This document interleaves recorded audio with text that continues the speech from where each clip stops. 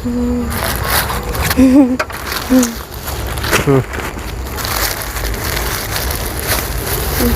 ่ยถึกใจตัวได้บ่ได้ล่ะงามบ่เด้อให้ลองก่อนเด้อต้องลองเลยต้องลอง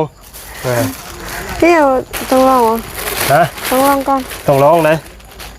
แล้วก็เนาะ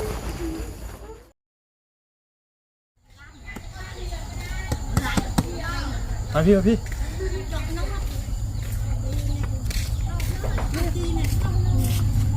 ยังนี่ฮะโอ้ยพูดเลยช่วยก่อนไปจังไรก่อนฮะบ้านบอกเดี๋ยว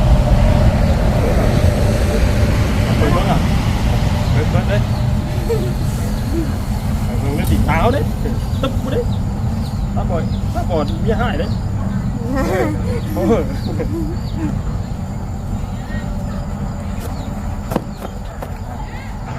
เบิ่งอ่ะโอ้พี่นุ่งถึงนั่งเนาะ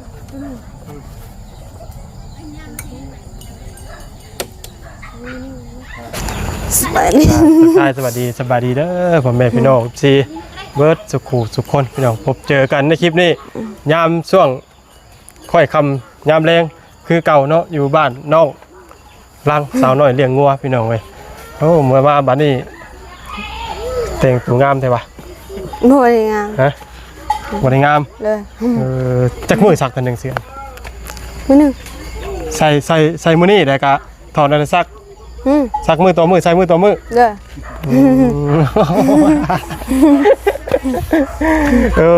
อันนี้ส่งนี่กะอันซักเมื่อวานนี่บ่นี่เด้อ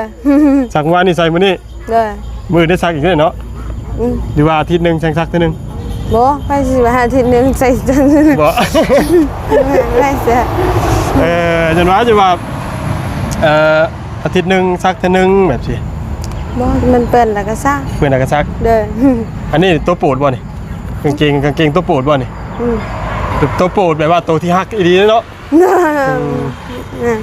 อันนี้ล่ะคือกางเกงแบบว่านักเอกเนาะบ่แม่นว่าซั่นเอ้าเกงเอกแล้วเกงมีตัวเดียวเนาะ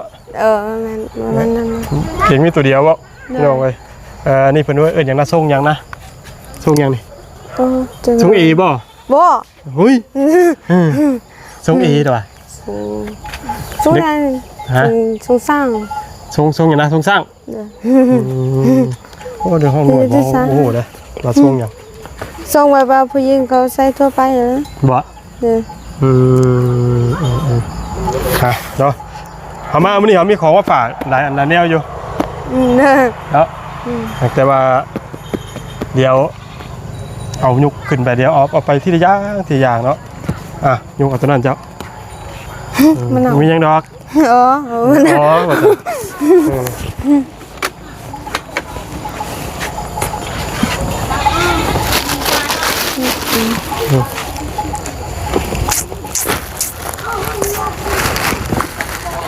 เขาตาได้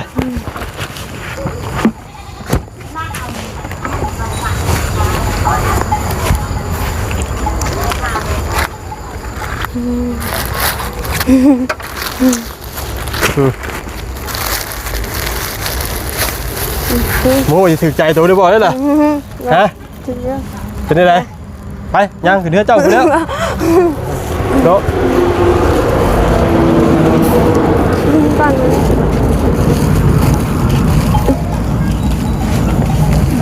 กินไว้นี่กันเด้อลองเลยดีทางบ่าวบุญคงหาทางบ่าวบุญคงจับกล้องให้เนาะพี่น้องเนาะโยได้ข้างในครับที่คลิปลุงนวดเลยไปยังไงบ้านนี่ก็มานี่แหละมานี่หาน้องโดย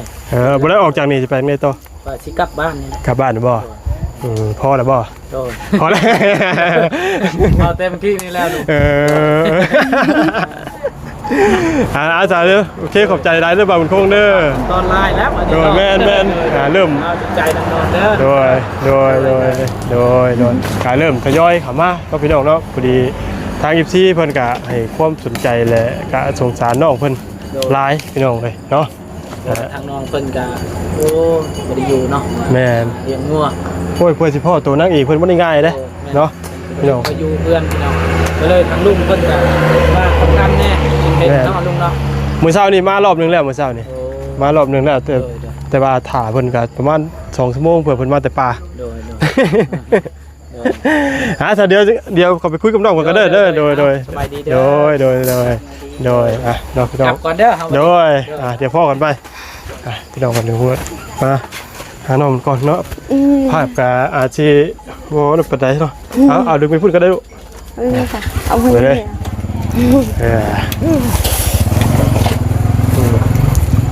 เอาไปดึงไปเบิดนี่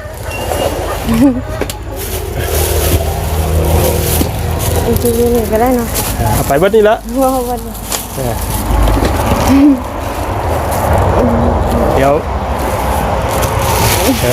ไปเบิดนี่เขาสิเดี๋ยวใส่รองเบิ่งเนาะพี่น้อง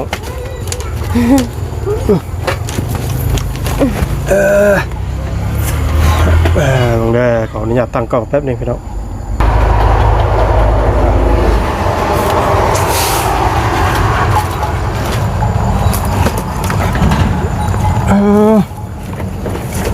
เหลือ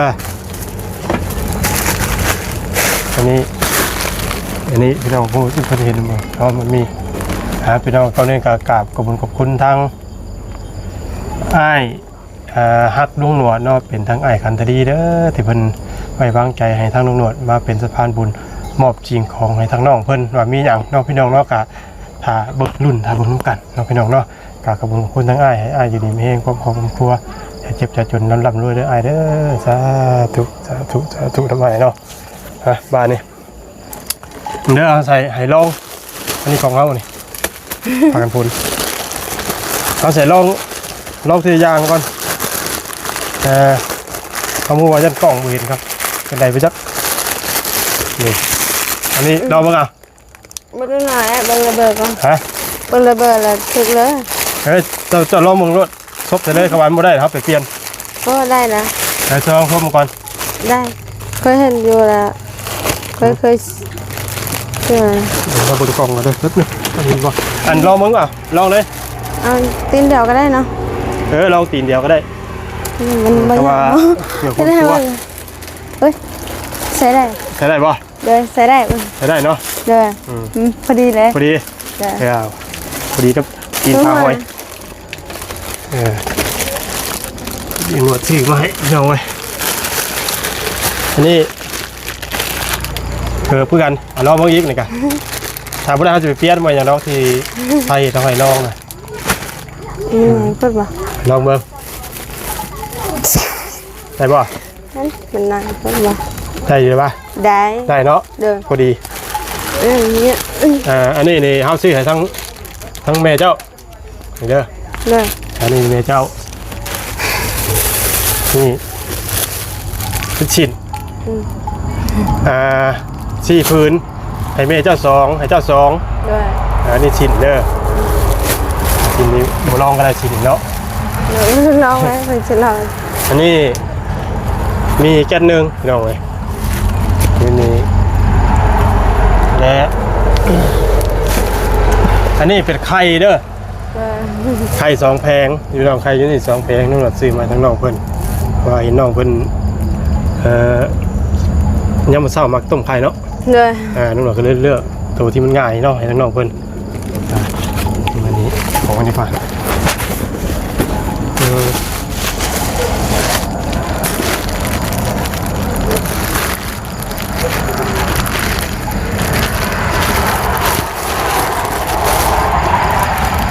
อันนี้เต็มที่ทุกคนรอคอยพี่น้องเสือเป็นยังไงงามป่ะ เด้อ ให้ลองก่อนเด้อต้องลองเลยต้องลอง เดี๋ยวต้องลองเหรอ ฮะ ต้องลองก่อน ต้องลองเลยแล้วก็นี่พี่น้องแต่ลองหนวดกับซื้อบ่เป็นกันพี่น้องไว้แต่ว่าอันนี้2อันนี้เจ้าไปลองก่อนเด้อแต่ป้ายมันพ่อจีกได้จะ เดี๋ยวเจ้าไปลองอยู่ห้องเจ้าก็ได้แต่คำว่าบ่ได้แต่เฮาสิไปเปลี่ยนนะเพราะว่าเฮาว่าง่ายก็ใส่ชุดนี่ให้ทั้งพี่น้องกับซี่เพิ่นเห็นพี่น้องเนาะว่าใส่ชุดนี้แล้วนี่สิสวยงามขนาดใดเนาะเดี๋ยวเจ้าไปลองเปลี่ยนกันไปยังหนวดสิถ่าเด้อ บ่ลงเอาก็ได้อันนี้เนาะ ฮะ บ่เห็นก็ได้แบบนี้เนาะ ยังบ่ใส่ก็ได้มีแต่พูดกันธรรมดาสิก็ได้เนาะพี่น้อง จ้ะงาจะงาของกู ลองว่าพักก่อนแป๊บนึงพี่น้อง มาเป็นใหญ่เหงาหน่อยนึง ฮะ เหงาหน่อยนึง อันไหนยาว ส่ง บ่ ด้วย ยาวติ ตาแล้วอันนี้บ่ได้ยังบ่นะ เอวนี่พอดีบ่ พอดี เอวพอดีเนาะ เด้อมันไม่ยังกลับไปเอา แต่ว่ามันอย่างยาวบ่ติ ฮะ มันอย่างยาวบ่ต้องยืมด้วยยืมไปได้แล้วมันยาวพอว่าเป็นยังนะ ได้อยู่แต่ว่า ได้ อายุเนาะ เคยมาสูงยาวอยู่แล้ว เพราะว่ามันอันนี้เจ้ายังบ่ได้อันน่ะเจาะกระดุมใส่กระดุมยังบ่ได้นั่นเนาะ เด้อยัง น้องเว้ยผ่านจากมืดพี่น้องมันยุงกระลายแท้นี่บ่เดี๋ยวฮอนได้ตัวใคร ฮะ เป็นฮอนบ่ เอานะเขาไม่ได้ห่อนเนาะโอ้เสือ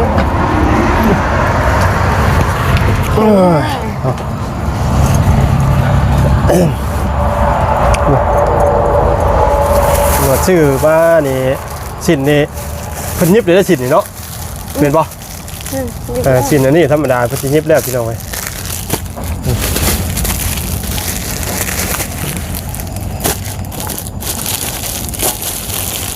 สิน4 พื้นเดี๋ยวลงยาวไปบนคลิปซะอีกนะฮะเกิดมันนี่แม่เจ้าใช้เกิดเบอร์ยัง ไม่ได้ซื้อเยอะ ฮะ จ้าตีหัวใหญ่โพด บ่ได้ของแม่เจ้าอันใด เด้อก็ แล้วเราสิใช้ได้หรือว่าเบอร์เก่า มันใหญ่แล้วบ่นี่สุดใหญ่แล้ว ใหญ่ชุดบ่สักตีเนาะน่ะมาเบอร์เก่าทั้งทีใช้ได้แท้ เป็นเล็กแม่เขาเลย เราอยู่ใช้แต่ เป็นน้ำมูก เดี๋ยวจังให้เรามาลองมึงก่อนเดี๋ยวจังให้นี่ก่อนเนาะเดี๋ยวค่อยให้เราลองมึงพี่น้องแต่ว่าตัวนี้นะเจ้าใช้ได้เนาะ ได้ ได้แล้วพี่น้องอันนี้ก็ได้พี่น้องถือว่าสีซำหอยแมงผู้เนาะอันว่าเกิดก็ได้ ทั้งอ้ายเพิ่นซื้อมาว่านี่มันใหญ่โพดเนาะ เดี๋ยวให้ใหญ่ แต่ว่านี่พอดีทั้งตีน้องเพิ่นพี่น้องเว้ยอันนี้ก็หมดเลยพี่น้องเว้ยมุ้ยอย่างบ้านนี่เนาะนี่มีแต่ไข่2 แผงลุงหนวดซื้อใหม่น้องเพิ่นมื้อนี้เริ่มพี่น้องเริ่มมีสิน4 พื้นมาม่านี่ว่ามีแก๊ส1ไข่2 แผงเกิบนี่นะครับนี่ว่ารองเท้านะพี่น้องเว้ย3 คู่เนาะให้ทั้งน้องเพิ่นแล้วก็กางเกงเสื้อเนาะแล้วก็สิถามความรู้สึกข้างนอกเพิ่นเนาะพี่น้องเนาะบ้านนี้กางเกงนี่มักอยู่บ่คำว่ามักสามารถเปลี่ยนได้ มาเยอะ มักอยู่ เด้อ เสื้อเด้มัก เด้อ ดีใจบ่บ้านนี้ ดีจ้า ดีใจ เด้อ เคยคิดอยู่ว่าสิได้อ่ะ บ่เคย บ่เคย เด้อ เคยคิดคิดแต่ว่าสิใส่แต่เสื้อเก่าแบบไปตลอดนะเนาะ เด้อ แบบส่วนใหญ่นี่ใส่เสื้อนี่ก็มีแต่เสื้อแบบว่าเสื้อเป็นเสื้อมือสองที่ตั้งพี่น้องก็ให้เนาะ เด้อ แต่เสื้อซื้อไม่ใหม่นี่บ่ค่อยได้ใส่แม่นบ่ เด้อ บ่ค่อยได้ใส่ เด้อ เสื้อใหม่นี่ซื้อจักเทื่อเอาถาม 1 เทื่อเลย1 เทื่อซื้อไปนำเอ่ยฮะ ซื้อเสื้อใหม่นะ เด้อ ซื้อ1 เทื่อ เด้อเขาไปตลาดแล้วเขาบ่กล้านะเขายานที่สุดเลยนะจักมันยังคือกัน ว้า เด้อไปอิหยังก็ไป อยู่ใส่กับย่านหมดนะขนาดไปบ้านเฮาไปผู้เดียวย่างไปซื่อ บ่ ๆเลยบ่ได้ จ้างรถนะ บ้านไหน แต่ นะ เมืองวลาพุ่น บ้านไหน บ้านเมืองวลา เมืองวีระ เลย ย่างไป เลย ย่างแต่บ้านนี่ เลยย่างไปซื่อหาแล้วย่างหายซะเขาย่านน่ะแบบไปใส่กับย่านไปใส่กับ ย่างแต่บ้านนี่เป็นเมืองวีระ เฮาไปแต่นี่ก็ขี่รถแต่ว่ามื้อ อืม เมื่อแต่ย่าง ย่างก็ไปกลับมา ย่างแต่ทางแบงค์ฮอสโปนรถใกล้ๆหน่อยนึงสโปนน่ะนะ อืม แต่ว่าญาติพี่น้องเขาเห็นแล้วแบบว่าเอ้าคือย่างเป็นว่าเขาย่านว่าการเล็กรถ ย่างผู้เดียว เลยมีหลายคนอีตนไหน อืม แล้วก็เอาน้ำเอาข้าว แบบว่าเพิ่นเห็นเจ้าย่างผู้เดียวแหละคนที่แบบพบพ่อในทางแหละซื้อข้าวซื้อน้ำเจ้ากิน มีอยู่แต่ว่าผู้ใหญ่มีแต่แม่ยังก็แม่ได้เพิ่งนะ อืม ย่างไปเขามีลูกหลายนะ3 คนแต่เขาบอกเขาผู้เดียวนะไปนะว่ามีแม่ไม่ได้ไปนะ อืม มีแต่คนยานหมดก็เลยถึกย่างไปซื้อ เนาะพี่น้องเลย ๆเดี๋ยว ก็ถือว่าจุดผ่านจุดนั้นไปได้เนาะเนี่ยทั้งทำเองมันเดี๋ยวให้เราลองเกิดอยู่ตารางนี่แป๊บนึงเด้อเดี๋ยวดูลงไปเด้อเดี๋ยวให้น้องคนขอบคุณก่อนก็ได้เนาะเกิดนี่สิใส่เลยบ่นี่ใส่เลยแต่ว่าบ่ได้เก็บไว้แต่ว่า เก็บไว้จ้ะ เก็บไว้ เดี๋ยว พี่อ๋อสิเฮาเอาคืนนี่นี่ไม่ อ้าวเยอะอันนั้นใหญ่ ฮะ ใหญ่นะ อันไหนใหญ่ อันเฮาใส่ตะกี้นะ โอ้ตอนนั้นใหญ่ เด้อ เดี๋ยวตัวนี้สิเก็บไว้ก่อนสิ เด้อ ให้เก็บตัวนั้นใส่ตัวนั้นขาดแล้วค่อยไปใส่ตัวนี้ที่ไว้ได้ใด เอาไปอะไร เพราะว่าเฮาไปอยู่บ้านนั้นไปอยู่ใส่กับใส่ยิมนี้ ไปอยู่ป่าใส่ยิมนั้น โอ้เวลาไปป่าไปหาหน่อไม้แต่ใช้คู่ตัวนั้นเนาะ เด้อ ตัวนั้นมันเก่าแล้ว แล้วแต่ว่าเวลาอยู่เพื่อนเนาะหรือว่าไปเรือกลางบ้านนี่ใช้คู่นี้เกี่ยวไปนี่ใช้คู่นี้เนาะ ตัวเนี้ยจะเอาแซ่บ เนาะอันนี้เรียบร้อยพี่น้องเว้ย เดี๋ยวจืดก็เหรอมีโทรเลย นี่เบอร์ยังแต่นอกจากมีแต่เพราะมันบ่ค่อยแจ้งไปไหนใดเนาะพี่น้องเดียวลุงหนวดที่ลงตารางเนาะให้ทั้งแม่แล้วมาพี่แล้วสั่ง อ้าว มาพี่นี่มาลองมึงตะเกียบมึงดูเกียบมึงเขาทีเป็นคนจับกล้องแกลองมึงเกือบด้วยว่าได้บ่คำบ่ได้แต่จะได้เมื่อเปลี่ยน จ้ะ เพราะว่าเฮากับบ่ฮู้เนาะว่าเพิ่นกินน้อยกินใหญ่พี่น้องเว้ยผมขอโทษนะ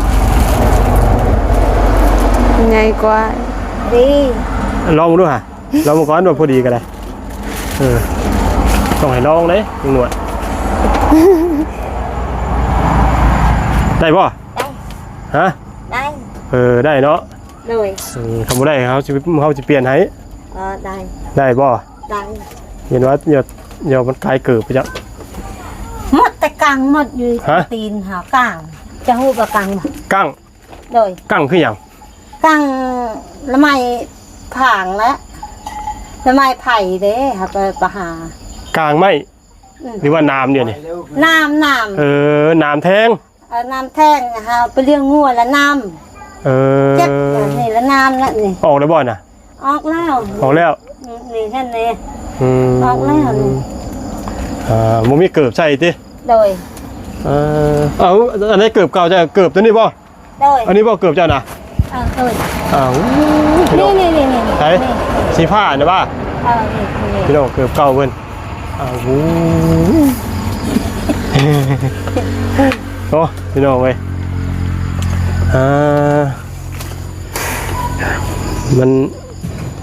มันคำพี่น้องมันคำบัดเพื่อนเป็นกระเจาะหยดลูกโดดสักที่นั่งแบบไรบ้านนี่เปิดแฟลชก็ต้อง เดี๋ยวเป็นเด็ก โอ้ยเหมือนลำบากเนาะ มาเนี่ยแต่พี่น้องถ้าว่าผิดพลาดประการใดก็ขอโทษขออภัยเด้อพี่น้องเด้อเนาะ ตึกเด้อเนาะ ถ้ามิด เดี๋ยวลุงหนวดใส่ทั้งน้องเพิ่นนอกขบุญขอบคุณทั้งอ้ายฮักลุงหนวดก่อน อ้าว นะอย่ามาใกล้ๆกันเจ้าก็อย่ามาพี่ก็ได้ อ้าว ยังเป็นบ่เห็นเนาะขอบคุณบ่ยังเป็นอยู่บ่จำเด้อบัดนี้เด้อนะ เลย เทื่อหน้าจำไว้แล้วบัดนี้เวลาเจ้าอยู่ผู้เดียวเนาะนี่แหละเจ้าก็พึกไว้ว่าทีมงานให้บุญขอบคุณขอบคุณผู้ใหญ่บอกแบบใดอันนั้นเจ้าก็คิดไว้เวลาทีมงานมีของสิ่งของมอบให้จากผู้ใหญ่ให้มาเป็นสะพานบุญให้และที่นี่ให้เจ้าขอบคุณขอบคุณเจ้าสิได้ขอบคุณเป็นนี่เด้อพยายามโดยเหรอวะ เลยได้ แต่ว่ามื้อนี้เดี๋ยวสิทำบ่ตามเฮาก็ได้เด้อ เลย จะยกมือขึ้นสูงเด้อขอบคุณขอบคุณ ทั้งพอลุงกันตะดี ทางผู้ลุงภูมิใจดี พอลุงกันตะดี ภูมิใจดี จังเลยล่ะ จริงใจเด้อจริงจังเด้อ เลย ขอบคุณ ขอบคุณ ทั้งพอลุงกันตะดี ทำดี ที่ได้ชื่อเสือผ่างาม จะได้เสื้อผ้างาม ๆแต่เกิดใหม่ ๆใส่เกิดใหม่ ๆแต่ของกินมีแล้วก็ไข่น้ ๆแล้วไข่น้ ำปล่อยพอลุงกันตะดี ำขาลุงทะเล อยู่ดีมีแห้ง ดีมีแห้ง ผมเจ็บจะได้ จุดได้ ผมเจ็บจะได้ จะตึกจะได้ ผมไข่จะมี คุณไข่ยามี สาธุน้ำเหนือนะพี่น้องขอโทษขออภัยน้ำน้องพี่น้องเนาะอาจจะลุงหนวดกับบกคงเป็นได้ครับแต่ว่าเวลานั่นลุงหนวดก็จะลืมกันได้พี่น้องไว้เนาะก็ดีใจป่ะ ดีใจ ดีใจเนาะ ดีใจชุด คือก็ได้ไม่มีสินพร้อมเลยของเจ้านะ โดย นี่สินในซองพื้นของเจ้า โดยโดย อันนี้กับซองพื้นไว้ใช้เพื่อย่ามไว้อาบน้ำอาบในก็เฮ็ดหยังก็แล้วแต่เจ้าแหละเนาะซื้อมาให้เนี่ยสิเก็บไปบูชาก็ได้รู้เลย เฮาก็นุ่งเช่นแต่เก่านี่ ขายละไม้ก็ชื่อเช่นจะชื่อข้าวเด้ชื่อเป็งนัวเด้ถูกนั่น ดู ชื่อเกิบเจอลูกก็ยังบ่มีเกิบเฮาก็ชายเกิบก็บ่ม่วนน่ะจ้องคือลูก ดู หักเพลงลูก ดูเนาะแต่น้องก็สักทีว่าอย่างไรบ้างนี่ก็จะถามอย่างเนาะทั้งว่าจานมามื้อนี้เนาะ โดย ถ้าเขามาหาเลยป่ะ ก็มาแล้ว เรามีงบแจ้งเพิ่มเติมป่ะเต็มป่ะ อันแจ้งมา ผมมีเนาะ เลย มี แล้วบอกอะไรอันนี้ว่าเราที่สั่งใหม่สั่งอย่างมา บอกอยู่ สั่งอย่างมา จะสั่งไม่ ฮะ ไม่ตอบไม่โต ไม่ ไม่ เจอชวดเป็นนองกลายตาค่ะ สั่งเสา ทางเช่า ว่าจันคุยกับลุงหนวดอยู่มื้อนี้ว่ากล้าเกียมสั่งเสาใหม่ทั้งนอกเพิ่นแต่ว่าเพิ่นบ่ได้บอกลุงหนวดว่าทักต้นเก่าหรือว่าเท่าไหร่นี่แต่เพิ่นบ่ได้บอกจำนวนเนาะพี่น้องเนาะเพิ่นบอกเจ้าว่าจำนวนเท่าไหร่บ่ได้บอกเจ้าสิสั่งเสาซื่อ เลย เราบอกอยู่พี่น้องแต่ว่าอาจจะเก้าเสาแหละพี่น้องเก้าต้นแหละเนาะเพราะว่ามันถ้าว่า12ต้นมันสิใหญ่โพดถ้าว่ามันใหญ่โพดบ่มันก็บ่ถึงกับว่าโพดหรอกคือย่านงบเนาะพี่น้องเนาะย่านงบมันบานปลายมันหลายโพดหลายย่านมันเฮือนน้องเพิ่นบ่แล้วพี่น้องเว้ย แต่นี่ก็ยังนี่ก็จักชั่วโมงว่าสิแล้วหรือบ่ได้แหละเพราะว่าทางตำรวจก็บ่ได้มีงบสมทบน้องเพิ่นเลยพี่น้องเนาะอากาศทางทีมงานก็ยังบ่มีไผมีแต่ทางบ่าวจันทร์ผู้เดียวเนาะพี่น้องเนาะ28ล้านนั่นแหละพี่น้องเนาะก็เลยยังบ่ฮู้ว่าสิมีมาเพิ่มเติมอีกมื้อใดก็ตัวนี้ก็มีแต่ว่าถ้าติดตามเบิ่งกันยาวๆพี่น้องเนาะสำหรับเคสน้องลังสาวน้อยเลี้ยงงัวพี่น้องเอ้ยแต่ว่าตำรวจก็ภาวนากันเนาะพี่น้องเนาะอยากให้น้องเพิ่นได้เฮือนไวๆเนาะพี่น้องนู่นก็อยาก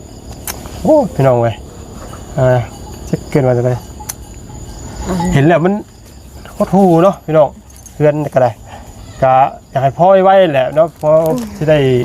เพื่อนหลังใหม่เนี่ยเนาะกับมิตรว่ามันคำมันมืดเลยพี่น้องเว้ยหนวดขาดชิเลยออกก่อนวันนี้เอานี่เก็บไปเด้อ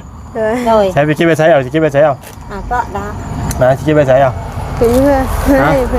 เก็บไปใช้ เ นี่เหรอ ไหนเปิดเก็บไปก่อนมัน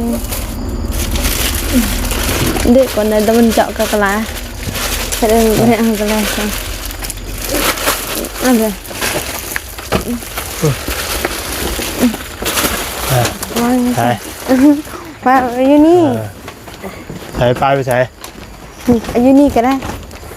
นายนะนาย พูดอยู่พี่ไว้นี่นายปะ เอาไว้อยู่นี่ก็ได้เอาไว้ใช้ก็ได้ดอกเจ้าดอกเขาแค่ดันชีดอกอุ้ยไปเอ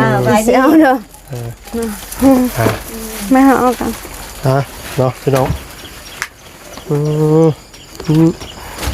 ภาพมันนี่อาชีพพอแจ้งไปได้เนาะพี่น้องหน่วยมาคำในสักน้อยน่ะต้องเสร็จไงไม่ต้องมาปลอดภัยคนก็มีเนาะเหลียวเนาะ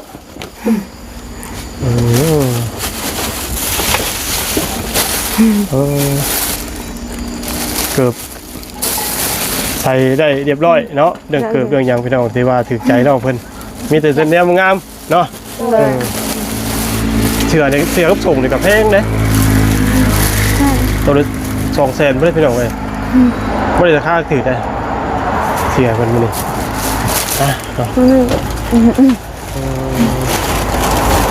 แต่มิตรวาหน่วยกาใช่ขอจบคลิปปิดคลิปไปได้เสร็จเด้อลำลาทางปลาดูกิบซีเหมือนเด้อสบายดีลำลาเด้อดีใจน้อมรับจักดีใจยิ้มมุกยังเถื่อเปื่อยอยู่เนาะแปลงได้บืนเนี่ยจังได้เบาในใจฮู้ชำนี้แหละลูกบ่เป็นยังเนาะพี่น้องเว้ยขอโทษพี่ตะวันหน่วยการใช้ได้ครับก่อนเนาะพี่น้องเนาะมีแต่ว่าพบเจอภายในมื้ออื่นบ่ได้บาทนี่เนาะมาไม้ก่อนมาเนาะพี่น้องก็อันเนี้ยนะภาพก็บ่แจ้งปานใดเด้อพี่น้องขอโทษขออภัยนำนุ่งหนวดก็มอบเสื้อผ้าให้น้องเพิ่นเนาะพี่น้องเนาะเสื้อ1พื้น1โตแล้วก็ส่งตัวนึงเสือตัวนึงเนาะเกือบ3คู่พี่น้องเว้ยแล้วก็ไข่2แผงมี7นึงเนาะโอ้ยพี่น้องดีใจประทันน้องเพิ่นก็ได้เนาะลุงหน่อยก็จะได้ขอจบคลิปปิดคลิปเนาะพี่น้องเนาะขอบคุณทางพ่อแม่พี่น้องซีปัจจุบันทุกคนเด้อที่เข้ามาติดตามนะครับชมเป็นกำลังใจแห่งใจให้กับทางลุงหนวดมาโอ้ยตลอดเนาะพี่น้องไว้เดี๋ยวจะได้กับพบเจอในคลิปหน้าเด้อพี่น้องในสำหรับคลิปนี้รับลาก่อนมันมืดเนาะพี่น้องเนาะผิดพลาดประการใดก็ขอโทษขออภัยนำบัดจุกูทุกคนเด้อ